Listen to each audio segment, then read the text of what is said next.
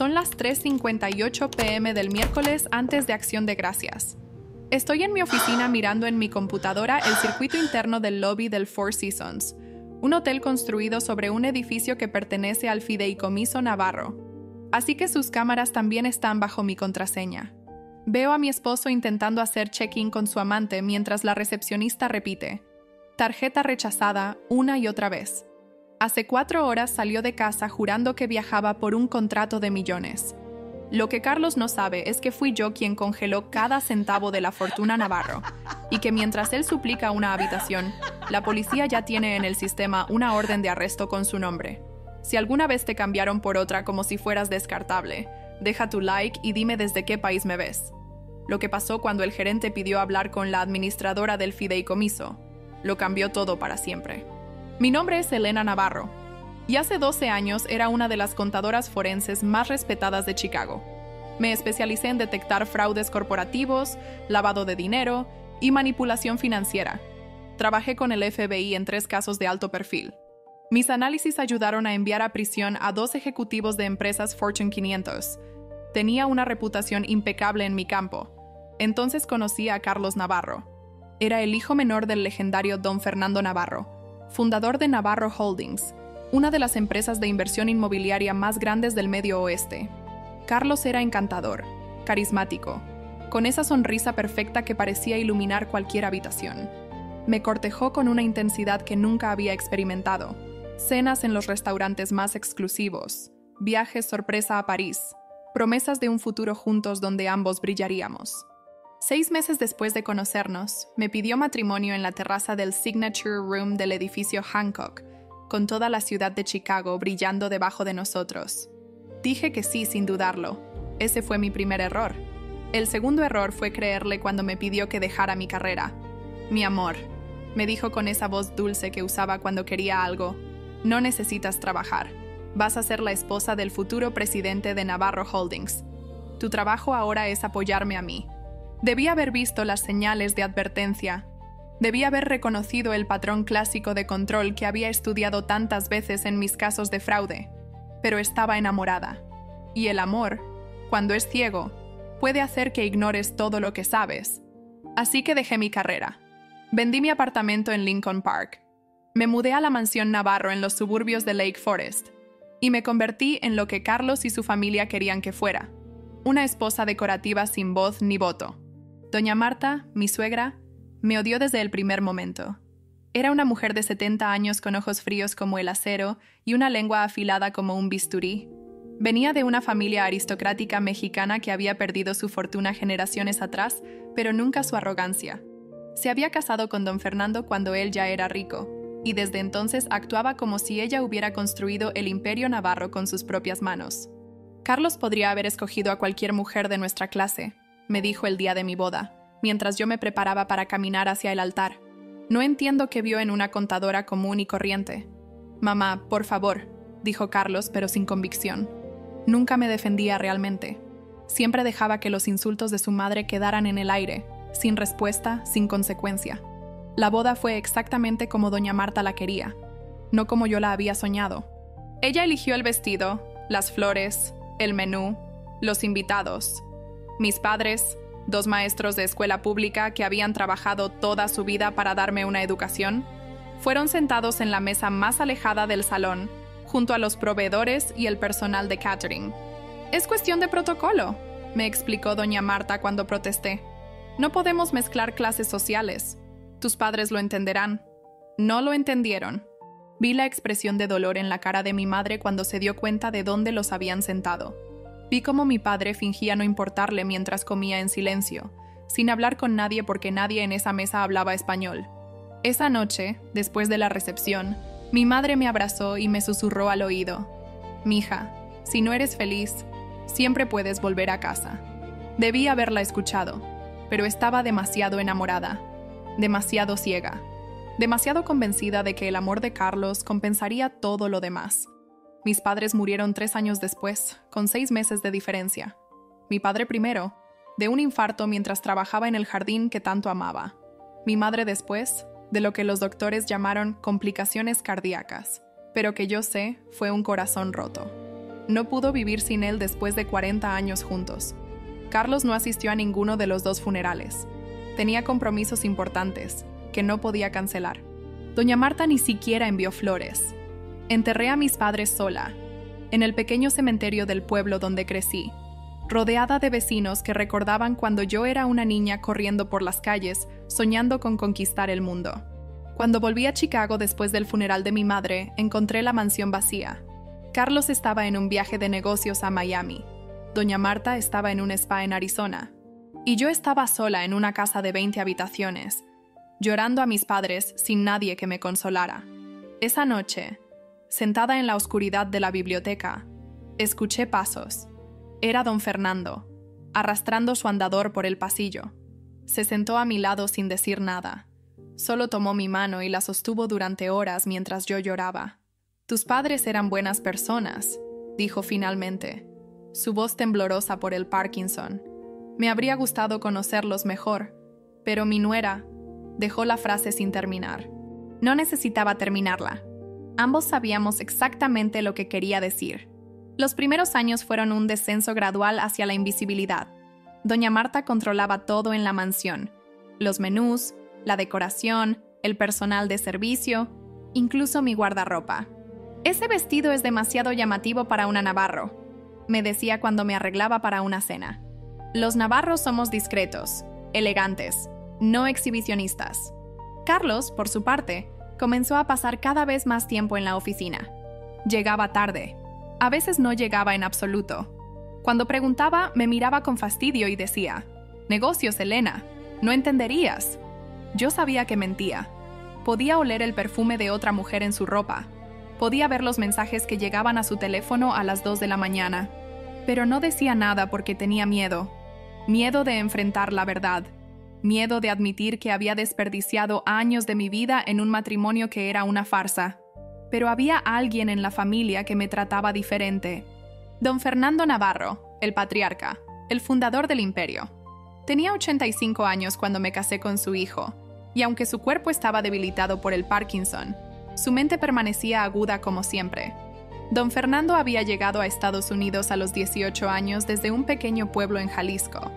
Trabajó como jornalero, como obrero de construcción, como conserje nocturno mientras aprendía inglés y estudiaba finanzas en clases nocturnas. A los 30, compró su primer edificio de apartamentos con ahorros de una década de trabajo brutal. A los 50, Navarro Holdings era una de las empresas más respetadas de Chicago. «Tú eres diferente, Elena», me dijo una tarde mientras tomábamos té en su estudio privado, el único lugar donde doña Marta no entraba sin permiso. «Tienes sustancia, tienes inteligencia. No llegaste buscando dinero. Llegaste buscando amor. Su nuera dice que soy una cazafortunas», respondí amargamente. Don Fernando soltó una carcajada que terminó en tos. «Marta dice muchas cosas, pero yo sé reconocer el talento cuando lo veo. Tú eras una de las mejores en tu campo. Vi tu expediente antes de que Carlos te propusiera matrimonio. Hice mi investigación. Me quedé sorprendida. No sabía que don Fernando había investigado mi pasado. Elena», continuó, mirándome con esos ojos que habían visto tanto, «mi hijo no te merece. Lo sé, pero mientras yo viva, voy a asegurarme de que estés protegida. Y cuando muera…» Hizo una pausa significativa. «Vas a descubrir que dejé algunas sorpresas». No entendí lo que quiso decir en ese momento. Lo entendería después. Hubo una conversación en particular que se quedó grabada en mi memoria. Fue aproximadamente un año antes de que don Fernando muriera. Su salud había empeorado considerablemente. El Parkinson avanzaba implacablemente. Sus manos temblaban tanto que ya no podía sostener una taza de té sin derramarla. Su voz era cada vez más difícil de entender, pero sus ojos seguían siendo los mismos, agudos, penetrantes, capaces de ver a través de las máscaras que todos usábamos. Esa tarde, después de que doña Marta me humilló frente a unos invitados llamándome la sirvienta con anillo de diamantes, me refugié en el estudio de don Fernando como siempre hacía cuando necesitaba escapar. Lo encontré mirando por la ventana, observando el jardín donde Carlos y doña Marta entretenían a los invitados. «Mi hijo es un cobarde», dijo sin voltearse. «Siempre lo fue. Cuando era niño, mentía para evitar consecuencias. Cuando era adolescente, culpaba a otros por sus errores. Y ahora, de adulto, deja que su madre te trate como basura mientras él mira hacia otro lado. Don Fernando, ¿no debería qué? ¿Decir la verdad sobre mi propio hijo? Se volteó lentamente, apoyándose en su andador. Elena, voy a morir pronto. Los doctores me dan 1 año, quizás menos. Y antes de irme, necesito que sepas algo. Se sentó pesadamente en su sillón favorito, ese de cuero gastado que había tenido desde que compró su primer edificio. Cuando me casé con Marta, yo tenía dinero, pero no educación formal. Ella tenía educación y un apellido aristocrático, pero no tenía un centavo. Pensé que era un buen intercambio. Pero lo que no entendí es que Marta nunca me amó. Se casó conmigo por mi dinero. Y pasó los siguientes 50 años avergonzada de mis orígenes humildes, mientras disfrutaba de todo lo que mi trabajo le proporcionaba. Hizo una pausa. Su respiración laboriosa. Carlos es igual. Heredó la arrogancia de su madre sin heredar mi capacidad de trabajo. Nunca ha construido nada por sí mismo. Solo ha gastado lo que yo gané. Y cuando yo muera, va a destruir todo lo que construí en menos de 1 década. ¿Por qué me está diciendo esto? Don Fernando me miró directamente a los ojos. Porque tú eres la única esperanza que tiene mi legado. Tú eres la única persona en esta familia con la inteligencia para administrar lo que construí y la integridad para hacerlo correctamente. Don Fernando, yo no quiero su dinero. Nunca lo quise. Lo sé. Por eso eres perfecta. Sonrió, esa sonrisa triste de alguien que ha visto demasiado. Elena, cuando muera, vas a descubrir que dejé todo preparado. No confío en Carlos con mi legado. No confío en Marta con nada. Pero confío en ti. Y cuando llegue el momento, cuando finalmente veas a mi hijo tal como es, vas a tener todo el poder que necesitas para protegerte. ¿Qué quiere decir? Quiero decir que te nombré administradora de un fideicomiso que controla la mayoría de mis activos. Carlos puede tener el título de presidente, pero tú vas a controlar el dinero. Y hay una cláusula especial, una que diseñé específicamente para cuando Carlos cruce la línea que sé que cruzará. Don Fernando, esto es demasiado. No puedo aceptar. No tienes opción, me interrumpió. Ya está hecho. Los documentos están firmados. Los abogados tienen sus instrucciones. Lo único que necesitas hacer es esperar. Y cuando el momento llegue, tener el coraje de usar lo que te dejé. Tomó mi mano, sus dedos temblorosos, pero su agarre sorprendentemente firme. Prométeme algo, Elena. Prométeme que cuando veas quién es realmente mi hijo, no vas a perdonarlo. No vas a darle otra oportunidad. Vas a protegerte a ti misma y a mi legado con todo lo que te dejé. Se lo prometo, dije, aunque en ese momento no entendía completamente lo que estaba prometiendo. Don Fernando asintió, satisfecho. Bien, ahora ve a limpiarte las lágrimas. No dejes que Marta vea que te hizo llorar. Eso solo le da más poder. Esa fue la última conversación profunda que tuvimos. 3 meses después, su salud empeoró dramáticamente. Y 6 meses después de eso, se fue. Don Fernando murió hace 3 años, en marzo. Su funeral fue un evento masivo. Políticos, empresarios, líderes comunitarios, todos viniendo a rendir homenaje al hombre que había construido un imperio desde la nada. Yo lloré durante todo el servicio. Perdí al único aliado que tenía en esa familia. La lectura del testamento fue una semana después. Carlos y doña Marta se sentaron en el estudio del abogado con expresiones de anticipación. Ambos esperaban heredar la mayor parte de la fortuna, estimada en más de $300 millones entre propiedades, inversiones y la empresa. La sorpresa llegó cuando el abogado, don Rodrigo Villarreal, comenzó a leer. A mi hijo Carlos Navarro, dejo el título de presidente de Navarro Holdings, sujeto a las siguientes condiciones. Las condiciones eran devastadoras para Carlos. Don Fernando había creado un fideicomiso irrevocable que controlaba el 75% de las acciones de la empresa, y había nombrado a una sola persona como administradora de ese fideicomiso con poder absoluto sobre todas las decisiones financieras. A mí. Esto es imposible, gritó Carlos cuando escuchó las palabras. Mi padre estaba senil. Esto es un fraude. Don Rodrigo lo miró con calma. Don Fernando anticipó esta reacción. Por eso filmamos la firma del testamento con 3 cámaras.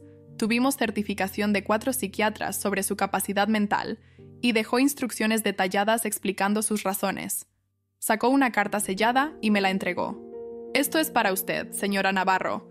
Don Fernando me pidió que se la entregara personalmente. Abrí la carta con manos temblorosas. «Querida Elena», decía la letra temblorosa pero legible de don Fernando, «si estás leyendo esto, significa que me he ido y que las serpientes ya están mostrando sus colmillos. No confío en mi hijo. Lo amo porque es mi sangre, pero no confío en él. Ha heredado la arrogancia de su madre sin heredar mi ética de trabajo. Ha pasado su vida gastando dinero que yo gané en lugar de crear algo propio. Y sé, porque contraté investigadores, que te ha sido infiel desde antes de casarse contigo». Mis manos temblaban tanto que apenas podía sostener el papel. «Te nombré administradora del fideicomiso porque eres la única persona en esta familia con la inteligencia y la integridad para proteger lo que construí. Carlos puede ser presidente, pero tú controlas el dinero. Él puede tomar decisiones operativas, pero cualquier gasto mayor de $50,000 requiere tu aprobación. Él puede firmar contratos, pero tú puedes vetarlos». La carta continuaba. «Sé que esto te pone en una posición difícil. Carlos te odiará. Marta te odiará aún más. Pero también sé que eres más fuerte de lo que crees. Y cuando llegue el momento, cuando Carlos finalmente cruce la línea que sé que cruzará, vas a tener todo el poder que necesitas para protegerte. Solo necesitas el coraje para usarlo. Con cariño y fe en ti, Fernando». Los siguientes 3 años fueron una guerra fría constante. Carlos me odiaba por tener control sobre su dinero. Doña Marta me llamaba ladrona y manipuladora cada vez que podía. Intentaron impugnar el testamento 3 veces. Perdieron las 3, pero yo no abusé de mi poder. Aprobaba los gastos razonables de la empresa. Firmaba los contratos que tenían sentido financiero. Mantenía el imperio de don Fernando funcionando eficientemente. Y Carlos, a regañadientes, tuvo que admitir que la empresa estaba mejor administrada que nunca. Lo que no sabía era que Carlos estaba buscando maneras de evadir mi supervisión, creando cuentas paralelas, desviando fondos a través de empresas fantasma, usando dinero de la empresa para financiar su estilo de vida y el de sus amantes. Lo descubrí hace 6 meses por accidente. Estaba revisando los estados de cuenta cuando noté una serie de transferencias a una empresa llamada VT Consulting. La investigué y descubrí que VT eran las iniciales de Vanessa Torres, la nueva secretaria ejecutiva de Carlos. Una mujer de 28 años, rubia, con un título en administración de empresas de una universidad de segunda categoría y absolutamente ninguna experiencia en consultoría. Profundicé más. Lo que encontré me quitó el aliento. En los últimos 2 años, Carlos había desviado más de $3 millones a Vanessa a través de contratos de consultoría falsos. Le había comprado un apartamento en el Gold Coast, un Mercedes descapotable, joyas de Tiffany, viajes a Europa, el Caribe, Las Vegas. Todo con dinero del fideicomiso que yo supuestamente controlaba. ¿Cómo lo había logrado? Falsificando mi firma en documentos de aprobación, creando registros falsos que mostraban que yo había autorizado los pagos, construyendo una elaborada red de mentiras para ocultar su fraude. Mi primer instinto fue confrontarlo inmediatamente. Pero entonces recordé las palabras de don Fernando. Cuando Carlos finalmente cruce la línea que sé que cruzará, vas a tener todo el poder que necesitas para protegerte. Decidí esperar. Reunir más evidencia. Construir un caso irrefutable. Contraté a un investigador privado, el mismo que don Fernando había usado años atrás. Durante 6 meses documentamos todo. Fotos de Carlos y Vanessa entrando y saliendo de hoteles. Grabaciones de sus conversaciones donde planeaban cómo deshacerse de Elena una vez que tengamos suficiente dinero escondido. Registros bancarios mostrando las transferencias fraudulentas. Testimonios de empleados que habían sido testigos del fraude pero tenían miedo de hablar. La evidencia era devastadora. Carlos no solo me había engañado románticamente, había cometido múltiples delitos: fraude, falsificación de documentos, malversación de fondos, evasión fiscal. Delitos que podían mandarlo a prisión por décadas. Pero lo que más me dolió no fueron los números en las hojas de cálculo, ni las fotos de Carlos entrando en hoteles con otra mujer. Lo que más me dolió fueron las grabaciones de sus conversaciones. En una de ellas, grabada hace aproximadamente 2 meses, Carlos y Vanessa estaban en un restaurante discutiendo sus planes. ¿Cuándo vamos a poder estar juntos de verdad?, preguntaba Vanessa con voz quejumbrosa. Estoy cansada de escondernos. Pronto, mi amor. Solo necesito un poco más de tiempo para mover el dinero sin que Elena se dé cuenta. ¿Y si se da cuenta? Ella es contadora, ¿no? ¿No debería ser buena con los números? Carlos se rió, una risa cruel que nunca le había escuchado. Elena es patética. Dejó su carrera por mí como una idiota. Ahora pasa los días arreglando flores y organizando cenas para mi madre. No tiene idea de lo que pasa en la empresa. Firma los documentos que le pongo enfrente sin siquiera leerlos. ¿Y si descubre algo? No va a descubrir nada. Es demasiado estúpida. Además, aunque descubriera algo, ¿qué va a hacer? No tiene nada. Sin mí, no tiene casa, no tiene trabajo, no tiene nada. Depende completamente de la fortuna Navarro. Y yo controlo esa fortuna. Escuché esa grabación 3 veces. Cada vez sentí como algo dentro de mí se endurecía. La mujer que había pasado 12 años tratando de ser la esposa perfecta, tratando de ganar la aprobación de personas que nunca la respetarían, esa mujer murió escuchando esas palabras. En su lugar nació alguien diferente, alguien más fuerte, alguien que recordó quién era antes de conocer a Carlos Navarro. Porque yo no era estúpida. Yo era una de las contadoras forenses más respetadas de Chicago. Había ayudado a enviar a prisión a ejecutivos que pensaban que eran intocables. Y Carlos, con toda su arrogancia, no tenía idea de lo que yo era capaz de hacer. Don Fernando lo sabía. Por eso me eligió. No porque yo fuera débil y fácil de manipular como Carlos creía, sino porque yo era fuerte. Y cuando el momento llegara, tendría tanto las habilidades como la determinación para hacer lo que era necesario. El momento había llegado. Y entonces llegó el miércoles antes de Acción de Gracias. Esta mañana, Carlos entró a nuestra habitación mientras yo fingía dormir. Lo escuché hablar por teléfono en voz baja. Sí, mi amor, todo está listo. El vuelo sale a las 11. Llegamos a Nueva York a las 3. Mañana, Acción de Gracias en el Four Seasons. Después shopping en la Quinta Avenida. Compré todo lo que me pediste. ¿Y el viernes? Bajó aún más la voz. El viernes vamos a ver ese departamento en Manhattan. Si nos gusta, lo compramos. Es hora de que empecemos nuestra vida juntos lejos de esta bruja. Esa bruja. Así me llamaba cuando hablaba con su amante. 12 años de matrimonio reducidos a 2 palabras. Esa bruja. Esperé a que se duchara para revisar su teléfono. Lo que encontré confirmó todo. Mensajes con Vanessa planeando el viaje. Reservaciones de hotel a nombre de ambos. Una lista de compras que incluía un collar de diamantes de $70,000 para celebrar nuestra primera Acción de Gracias juntos. Y lo más devastador, boletos de avión para el viernes. No de regreso a Chicago, sino de Nueva York a las Islas Caimán, donde Carlos tenía una cuenta secreta con más de $5 millones en fondos desviados del fideicomiso. Iban a huir juntos, robar el dinero y desaparecer. Carlos bajó las escaleras 1 hora después, vestido impecablemente con un traje Armani que yo había pagado con el dinero del fideicomiso. Mi amor, dijo con esa sonrisa falsa que ya no me engañaba. Tengo que ir a Nueva York. Emergencia de negocios. Volveré el domingo. ¿Y qué hay de la cena de Acción de Gracias? Pregunté, manteniendo mi voz neutral. Tu madre invitó a toda la familia. Carlos hizo un gesto de fastidio. Mamá entenderá. Los negocios son los negocios. Además, me miró con algo parecido al desprecio. Tú puedes manejar la cena. Es lo único que haces últimamente. Lo observé irse, arrastrando su maleta Louis Vuitton hacia el Mercedes que el chofer había preparado. Lo observé subir al auto sin mirar atrás. Lo observé desaparecer por el camino de entrada. Y entonces comencé a trabajar.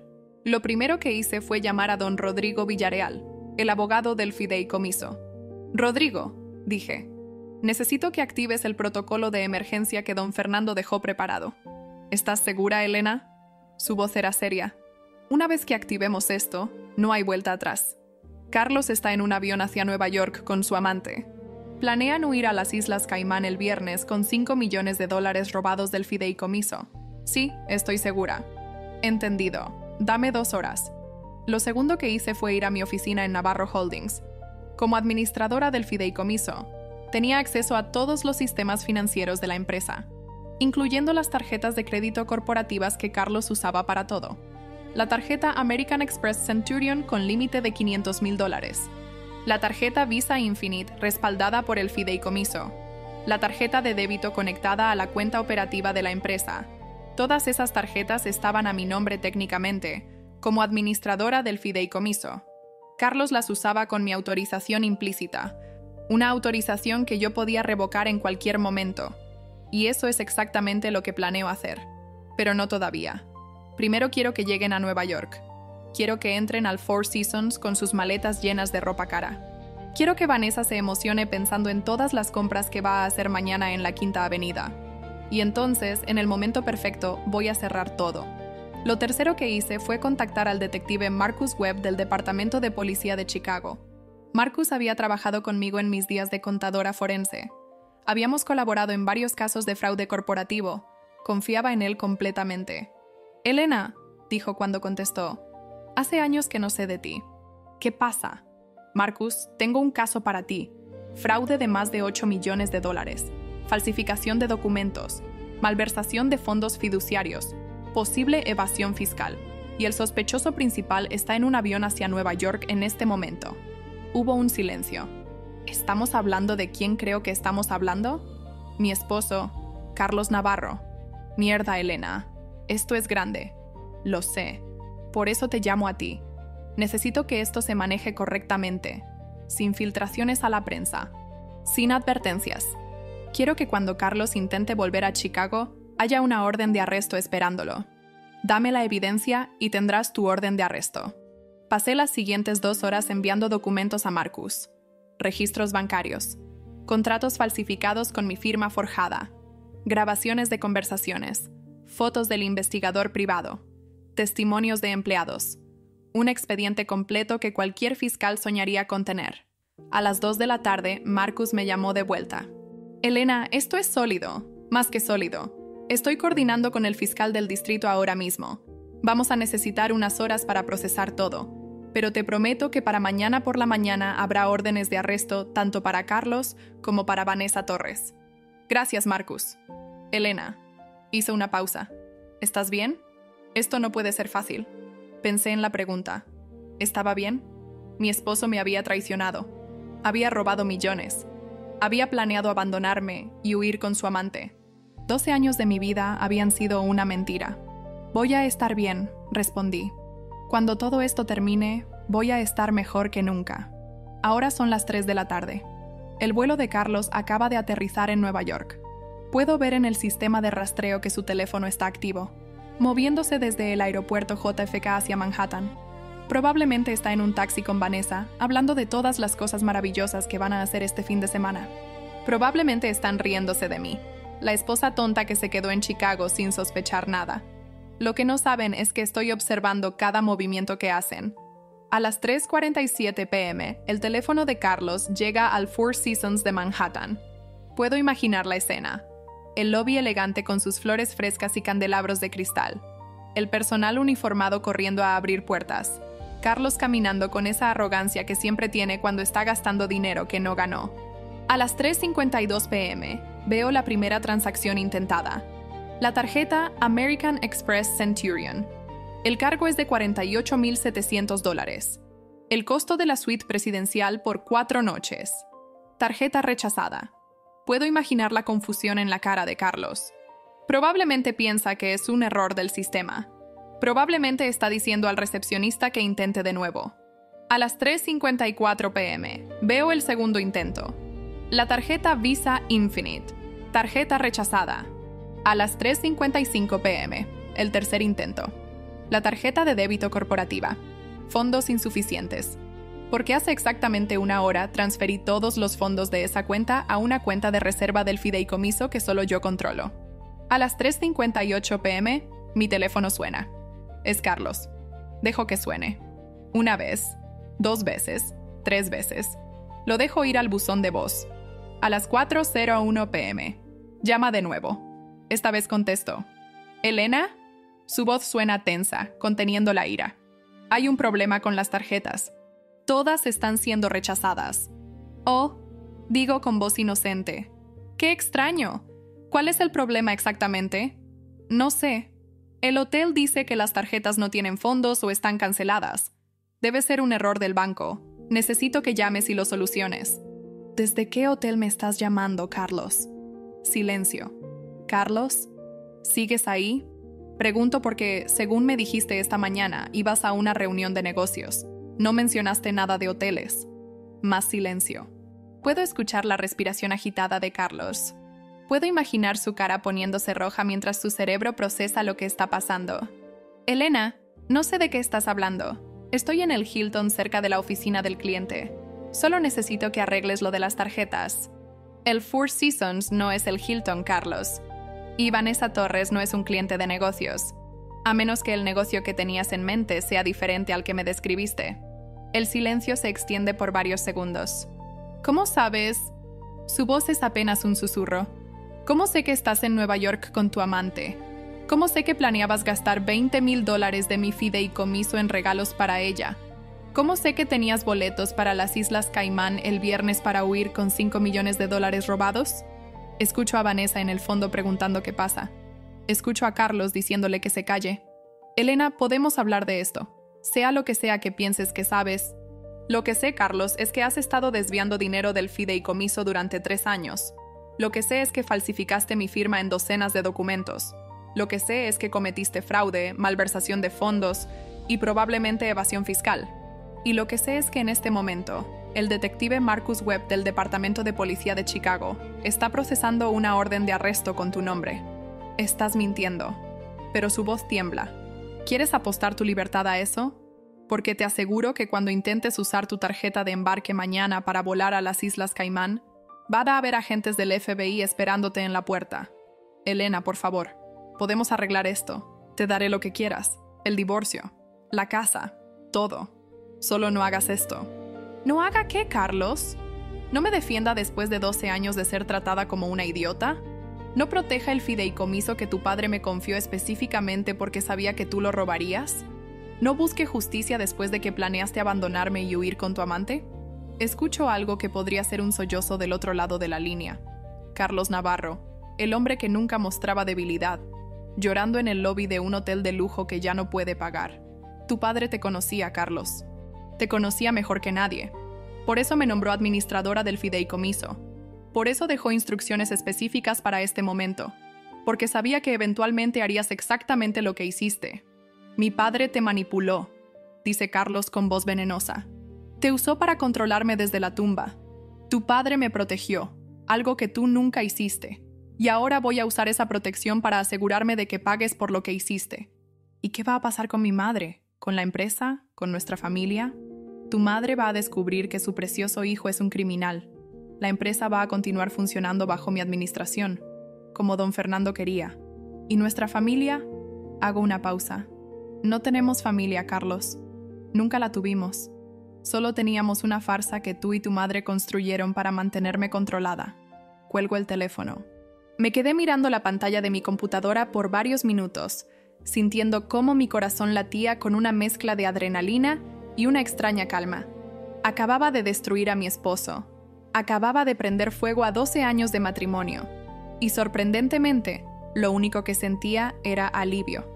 Pensé en mis padres, en mi madre, que siempre me dijo que nunca dependiera completamente de nadie, más que de mí misma. En mi padre, que me enseñó que la integridad era más valiosa que cualquier fortuna. Ellos habrían estado orgullosos de lo que hice hoy, no por la venganza, sino por finalmente defender mi valor. Pensé en don Fernando, en todas esas conversaciones en su estudio donde me contaba historias de sus primeros años en Estados Unidos, de las veces que lo engañaron, que lo robaron, que lo subestimaron por ser un inmigrante sin educación formal, y de cómo cada vez se levantó más fuerte, más sabio, más determinado. Las personas revelan quiénes son cuando tienen poder sobre otros, me dijo una vez, pero también revelan quiénes son cuando pierden ese poder. Presta atención a ambos momentos, Elena. Ahí es donde ves la verdad. Carlos acababa de perder todo su poder, y su reacción, las súplicas vacías, las promesas desesperadas, los intentos de manipulación, revelaban exactamente quién era siempre. Un hombre que solo valoraba lo que podía usar. Y ahora que no podía usarme, no sabía qué hacer. Me levanté de mi escritorio y caminé hacia la ventana. Desde el piso 23, podía ver el skyline de Chicago extendiéndose hacia el horizonte. En algún lugar allá afuera estaban los edificios que don Fernando había comprado cuando llegó sin nada. Los edificios que representaban décadas de trabajo honesto. Los edificios que Carlos había intentado vender a escondidas para financiar su huida. No lo lograste, susurré hacia la ciudad. Tu padre construyó todo esto con sudor y sacrificio. Y tú lo quisiste destruir por una rubia con piernas largas y una cuenta bancaria vacía. Pero no lo lograste, y nunca lo lograrás. Las siguientes horas son un torbellino de actividad. A las 5:00 p.m., don Rodrigo llama para confirmar que el protocolo de emergencia está activado. Todas las cuentas de Carlos han sido congeladas. Su acceso a los sistemas de la empresa ha sido revocado. Su tarjeta de empleado ha sido desactivada. A las 6:00 p.m., el detective Marcus confirma que la orden de arresto está siendo procesada. Para mañana por la mañana, Carlos Navarro será oficialmente un fugitivo buscado por fraude corporativo. A las 7:00 p.m., llego a la mansión Navarro donde doña Marta está preparando la cena de acción de gracias para mañana. 20 invitados esperados. La familia extendida de los Navarro reunida para celebrar. Doña Marta me mira con su habitual desprecio cuando entro a la cocina. ¿Dónde está Carlos?, pregunta. Debería estar aquí ayudando con los preparativos. Carlos no va a venir a la cena de acción de gracias, respondo calmadamente. ¿Qué quieres decir? Claro que va a venir. Es el cabeza de la familia. Carlos está en Nueva York con su amante. Planeaba huir con ella a las Islas Caimán después de robar $5 millones del fideicomiso. En este momento probablemente está tratando de encontrar un hotel que acepte efectivo, porque cancelé todas sus tarjetas. El rostro de doña Marta se congela. Por primera vez en 12 años, no tiene una respuesta cruel preparada. «Estás mintiendo», dice finalmente. «Mi hijo nunca haría algo así. Su hijo ha estado robando de la empresa durante 3 años, falsificó mi firma en docenas de documentos, tiene una amante a la que ha estado manteniendo con dinero del fideicomiso, y ahora hay una orden de arresto con su nombre». Doña Marta se desploma en una silla. De repente parece 20 años más vieja. «Esto es tu culpa», susurra. «Tú lo provocaste. Tú lo empujaste a hacer esto». «No, doña Marta. Esto es culpa de Carlos. Y es culpa suya por criarlo pensando que las reglas no aplican a los Navarro, que pueden tomar lo que quieran sin consecuencias, que las personas como yo existen solo para servirles». Me acerco a ella, mirándola directamente a los ojos. «Don Fernando me advirtió sobre ustedes. Me dijo que Carlos no me merecía. Me dijo que usted nunca me aceptaría. Pero también me dijo que yo era más fuerte de lo que creía. Y tenía razón. ¿Qué vas a hacer?». La voz de doña Marta es apenas audible. «Voy a proteger el legado de don Fernando. Voy a asegurarme de que su empresa sobreviva el escándalo que Carlos creó. Voy a divorciarme de su hijo y recuperar mi vida». Hago una pausa. «Y usted, doña Marta, va a descubrir lo que se siente ser tratada como menos, porque a partir de este momento su acceso a las cuentas del fideicomiso está revocado. El estipendio mensual que recibía termina hoy. Esta mansión, que está a nombre del fideicomiso, ya no es su casa». «No puedes hacer esto», dice doña Marta, pero su voz carece de su fuerza habitual. «Puedo y lo estoy haciendo. Don Fernando dejó instrucciones específicas sobre qué hacer si Carlos traicionaba el fideicomiso. Usted, como cómplice de años de abuso hacia mí y como beneficiaria del fraude de Carlos, está incluida en esas instrucciones». ¿Cómplice? Yo no sabía nada de ningún fraude. Pero sabía de las amantes, sabía de los gastos excesivos, sabía que Carlos me trataba mal.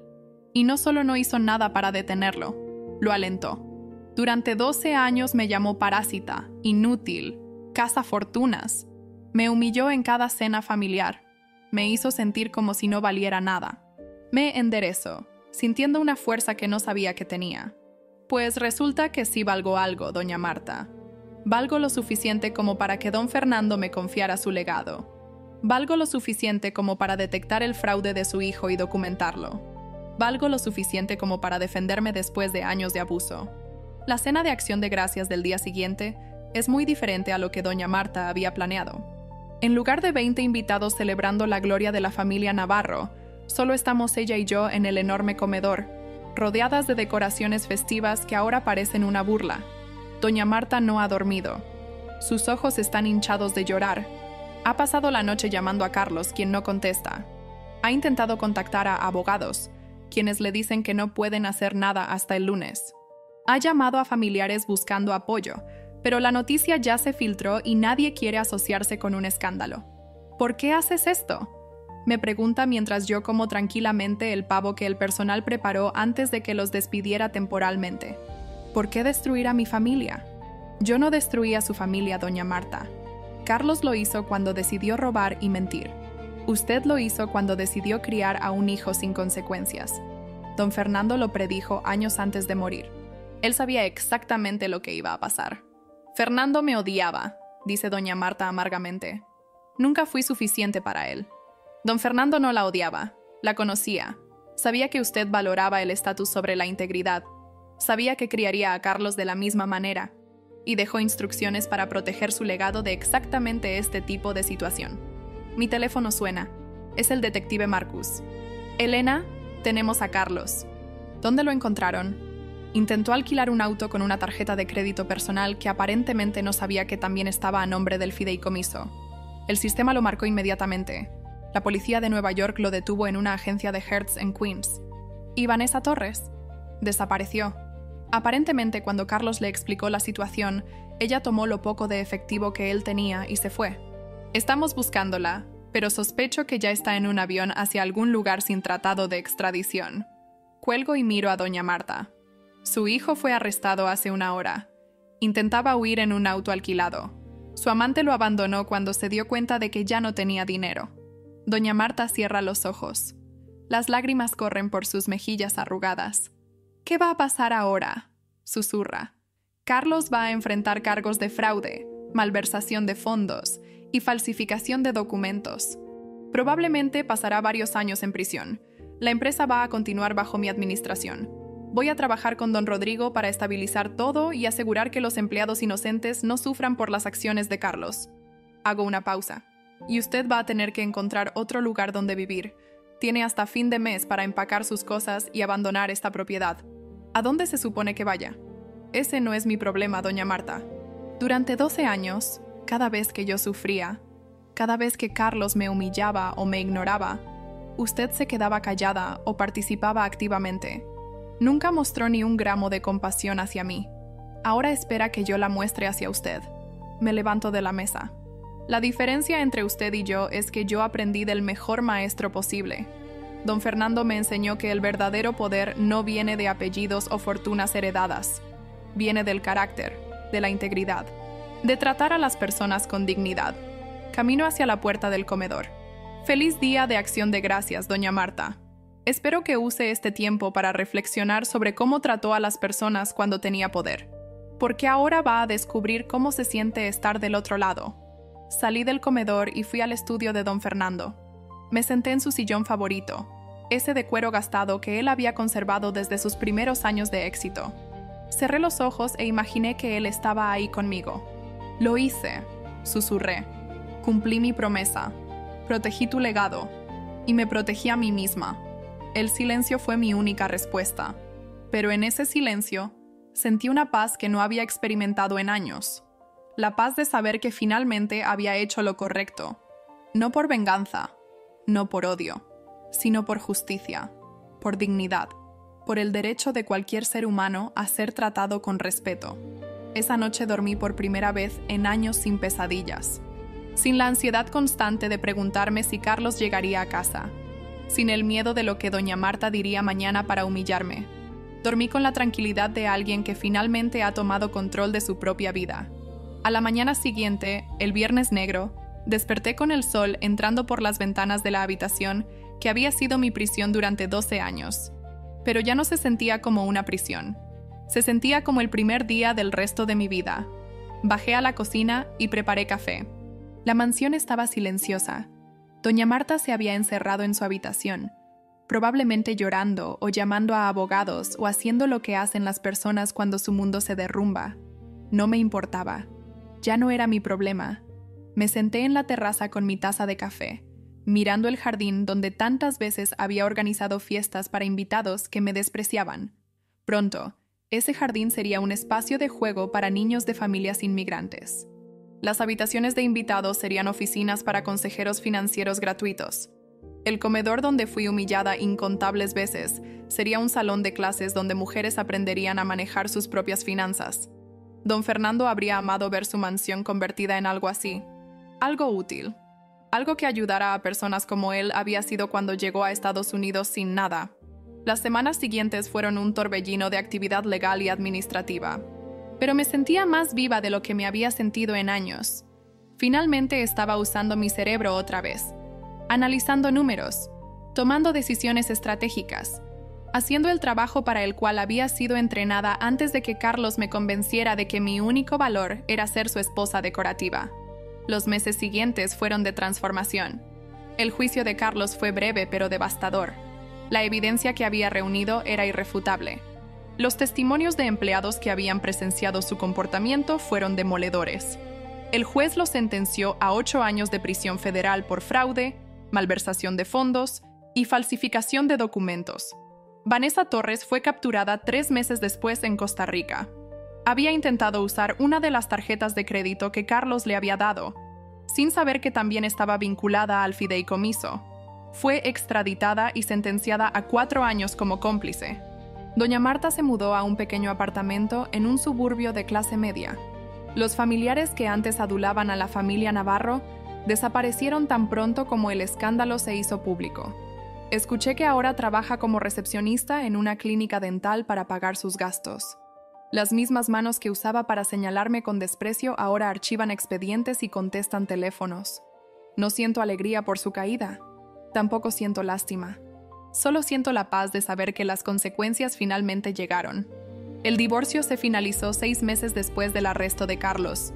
Dado que él estaba en prisión y había cometido fraude contra el fideicomiso, no tuvo ninguna base legal para reclamar nada. Salí del matrimonio exactamente como había entrado, con mi integridad intacta. Carlos intentó contactarme desde la prisión, cartas llenas de disculpas vacías y promesas de cambio, llamadas telefónicas que yo rechazaba sistemáticamente.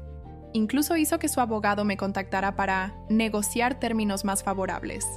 Mi cliente está dispuesto a cooperar plenamente con la fiscalía a cambio de una reducción de sentencia, me dijo el abogado. Pero necesita que usted retire los cargos civiles. Los cargos civiles no los presenté yo, respondí. Los presentó el fideicomiso. Como administradora, tengo la obligación fiduciaria de perseguir la recuperación de los fondos robados. No puedo retirar nada sin violar esa obligación. Señora Navarro, sea razonable. Carlos es su esposo. Carlos era mi esposo. Ya no lo es. Y francamente, dejó de serlo hace mucho tiempo antes de que yo firmara los papeles del divorcio. Colgué y nunca volví a contestar las llamadas del abogado. Carlos finalmente aceptó un acuerdo con la fiscalía.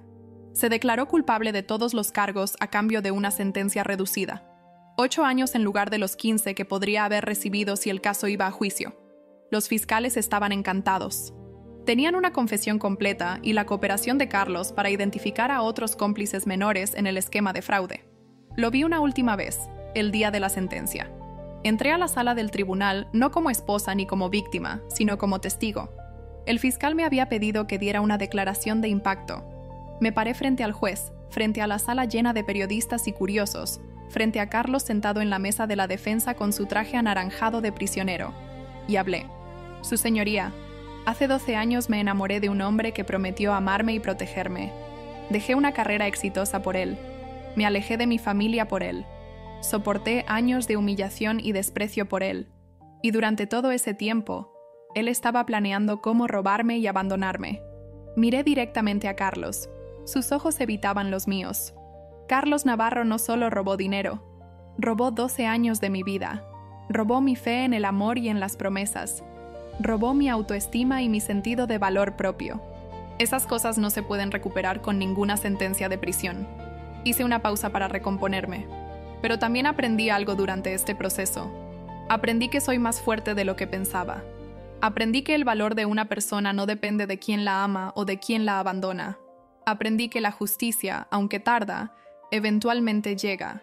Y aprendí que las personas que nos subestiman eventualmente descubren su error. Miré al juez.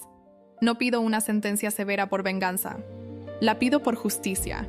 Y la pido para que otras mujeres en situaciones similares sepan que hay consecuencias para aquellos que abusan de su confianza. El juez asintió gravemente y procedió a dictar sentencia. 8 años. Carlos sería elegible para libertad condicional en 5. pero con los cargos federales tendría que cumplir al menos el 85% de su sentencia antes de poder solicitar libertad anticipada. Cuando los alguaciles lo esposaron para llevárselo, Carlos finalmente me miró. Vi algo en sus ojos que nunca había visto antes. No arrepentimiento, no amor, miedo. El miedo de un hombre que finalmente entiende que sus acciones tienen consecuencias. Salí del tribunal sin mirar atrás, pero también salí con algo más, con la confianza que don Fernando vio en mí pero que yo había olvidado, con la determinación de nunca más dejar que nadie me hiciera sentir menos de lo que soy. Retomé mi carrera como contadora forense. Mis antiguos contactos en el FBI estaban encantados de tenerme de vuelta. Mi primer caso después de regresar fue ayudar a desmantelar una red de fraude corporativo que había estafado a miles de inversionistas. El trabajo que siempre amé, ahora con la sabiduría que solo viene de haber vivido el lado oscuro del dinero y el poder. Navarro Holdings, ahora renombrada como Fundación Fernando Navarro, se transformó en una organización sin fines de lucro dedicada a proveer educación financiera y recursos legales a familias inmigrantes. El edificio que don Fernando compró cuando llegó a Estados Unidos con $20 en el bolsillo ahora alberga un centro comunitario donde niños de barrios humildes aprenden sobre finanzas, emprendimiento y cómo protegerse del tipo de personas que intentaron destruirme. Un año después del Día de Acción de Gracias que cambió todo, conocí a alguien. Fue en una conferencia sobre educación financiera para comunidades inmigrantes. Yo estaba dando una presentación sobre cómo detectar fraudes comunes que afectan a familias trabajadoras. Después de la charla, un hombre se acercó con preguntas sobre un caso específico que estaba manejando. Se llama Daniel Reyes. Es abogado de inmigración, hijo de trabajadores agrícolas de California. No tiene mansión. No tiene auto de lujo. No tiene cuenta bancaria con millones. Lo que tiene es integridad, compasión y un sentido del humor que me hace reír hasta que me duele el estómago. La primera vez que lo invité a cenar fue en un pequeño restaurante mexicano en Pilsen, no en algún establecimiento exclusivo de la ciudad. Esperaba algo más elegante, bromeó cuando vio el lugar. Elegante está sobrevalorado, respondí. Este lugar tiene la mejor salsa verde de Chicago. Y los dueños son clientes de la fundación. Daniel me miró con curiosidad. ¿Sabes? Cuando me dijeron que estaba invitado a cenar con la famosa Elena Navarro, esperaba a alguien muy diferente. ¿Diferente cómo? No sé. Más fría, más distante, más rica. Me reí. Soy rica, técnicamente, pero el dinero no me define. Aprendí esa lección de la manera más difícil posible. Esa noche le conté toda mi historia. Carlos, doña Marta, don Fernando, el fraude, el arresto, todo. Esperaba que saliera corriendo como tantos otros que no querían asociarse con el escándalo. En lugar de eso, tomó mi mano. Sobreviviste a todo eso y aún así puedes reírte y comer tacos en un restaurante de barrio. Eres la persona más fuerte que he conocido. Nos casamos el año pasado en una ceremonia pequeña en el jardín del centro comunitario. 50 invitados, amigos de trabajo, familias del centro, colegas del FBI. No había nadie de los Navarro. Ese capítulo de mi vida está cerrado para siempre. La ceremonia fue simple pero perfecta. Usé un vestido blanco que yo misma elegí, no uno impuesto por una suegra controladora. Las flores eran silvestres, no arreglos costosos diseñados para impresionar. La música era mariachi, en honor a don Fernando y sus raíces mexicanas, y los invitados eran personas que genuinamente nos querían, no socios de negocios tratando de congraciarse. Cuando Daniel y yo intercambiamos votos, miré a mi alrededor y me di cuenta de que esta era la boda que siempre debía haber tenido. No la producción elaborada de doña Marta diseñada para mostrar el estatus de los Navarro, sino una celebración real de amor real entre personas reales. Te prometo, dijo Daniel sosteniendo mis manos, amarte no por lo que tienes sino por quién eres.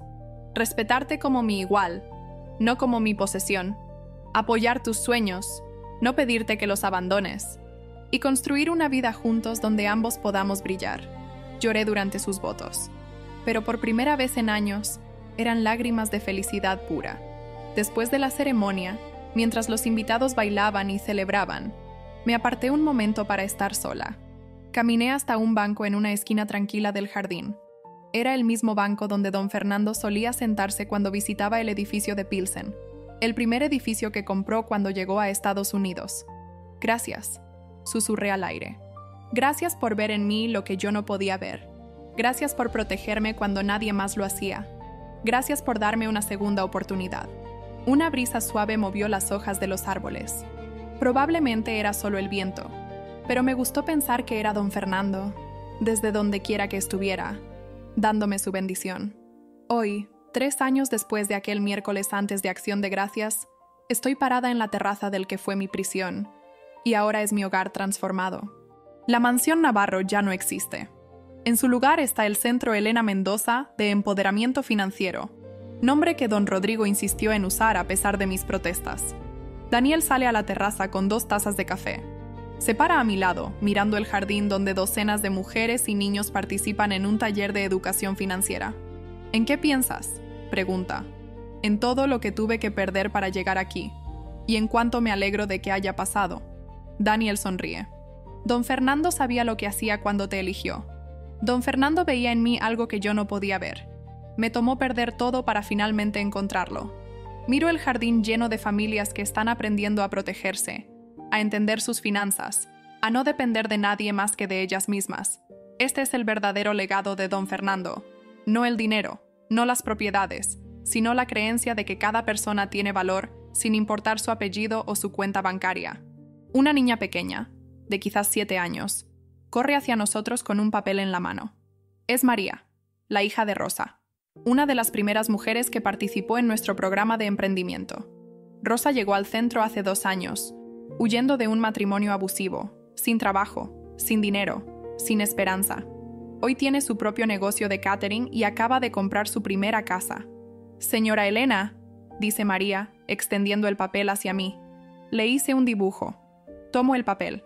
Es un dibujo infantil de una mujer con cabello oscuro parada frente a una casa grande. Al lado de la mujer hay un corazón rojo y las palabras «Gracias» escritas con crayones de colores. Es usted, explica María. Mi mamá dice que usted le enseñó que las mujeres pueden hacer lo que quieran, que no necesitamos que nadie nos salve, que podemos salvarnos solas. Mis ojos se llenan de lágrimas. Daniel me abraza mientras yo sostengo el dibujo contra mi pecho. Gracias, María, logro decir. Es el mejor regalo que he recibido. María sonríe y corre de vuelta hacia su madre. Rosa me saluda desde lejos con una sonrisa que dice más que 1000 palabras. Esto es por lo que valió la pena todo el dolor. No la venganza contra Carlos, no la satisfacción de ver caer a doña Marta, sino esto. Mujeres como Rosa que están construyendo vidas mejores. Niñas como María que están creciendo sabiendo que su valor no depende de ningún hombre. Este es el verdadero significado de justicia. No destruir a quienes te hicieron daño, sino construir algo mejor de los escombros que dejaron. Mi nombre es Elena Mendoza de Reyes. Hace 15 años era una contadora forense respetada. Hace 12 años abandoné todo por un hombre que nunca me valoró. Hace 3 años descubrí que mi esposo planeaba robarme y abandonarme. Hoy soy directora de una fundación que ha ayudado a miles de familias. Soy consultora del FBI en casos de fraude corporativo.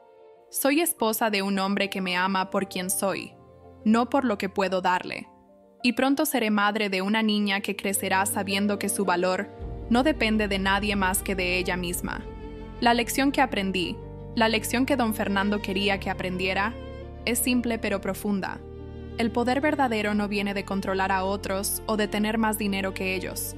Viene de conocerte a ti misma, de saber tu valor, de tener la integridad de hacer lo correcto incluso cuando es difícil. Carlos pensó que podía engañarme porque me veía como débil. Doña Marta pensó que podía humillarme porque me veía como inferior. Ambos descubrieron que la persona que subestimaban era la única que tenía el poder de destruirlos. No porque yo buscara venganza, sino porque ellos mismos construyeron su propia caída con cada mentira, cada robo, cada humillación. Yo solo tuve el coraje de dejar que las consecuencias llegaran. A todas las mujeres que están escuchando esto, que alguna vez fueron subestimadas, que alguna vez se sintieron atrapadas en situaciones que parecían imposibles de escapar. Su momento llegará. No sé cuándo, no sé cómo, pero si mantienen su integridad, si documentan lo que necesitan documentar, si esperan el momento correcto, eventualmente tendrán la oportunidad de reclamar su poder.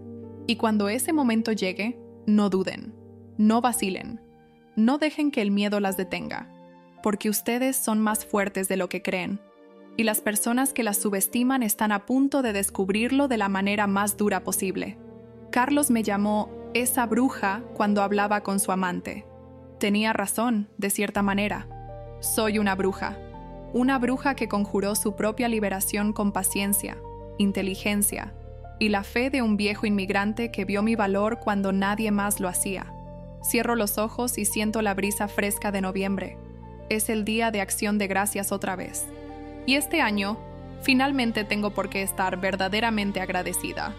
Gracias, don Fernando, por ver en mí lo que yo no podía ver, por protegerme cuando nadie más lo hacía, por darme las herramientas para defenderme cuando el momento llegara.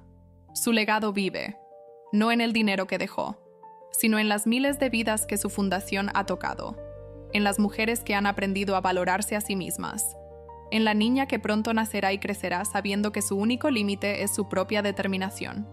Mi nombre es Elena Mendoza de Reyes, y esta es mi historia de cómo una contadora común y corriente derribó a un imperio construido sobre mentiras. Nunca subestimen a una mujer que sabe leer números, porque los números nunca mienten, aunque los hombres sí. Fin.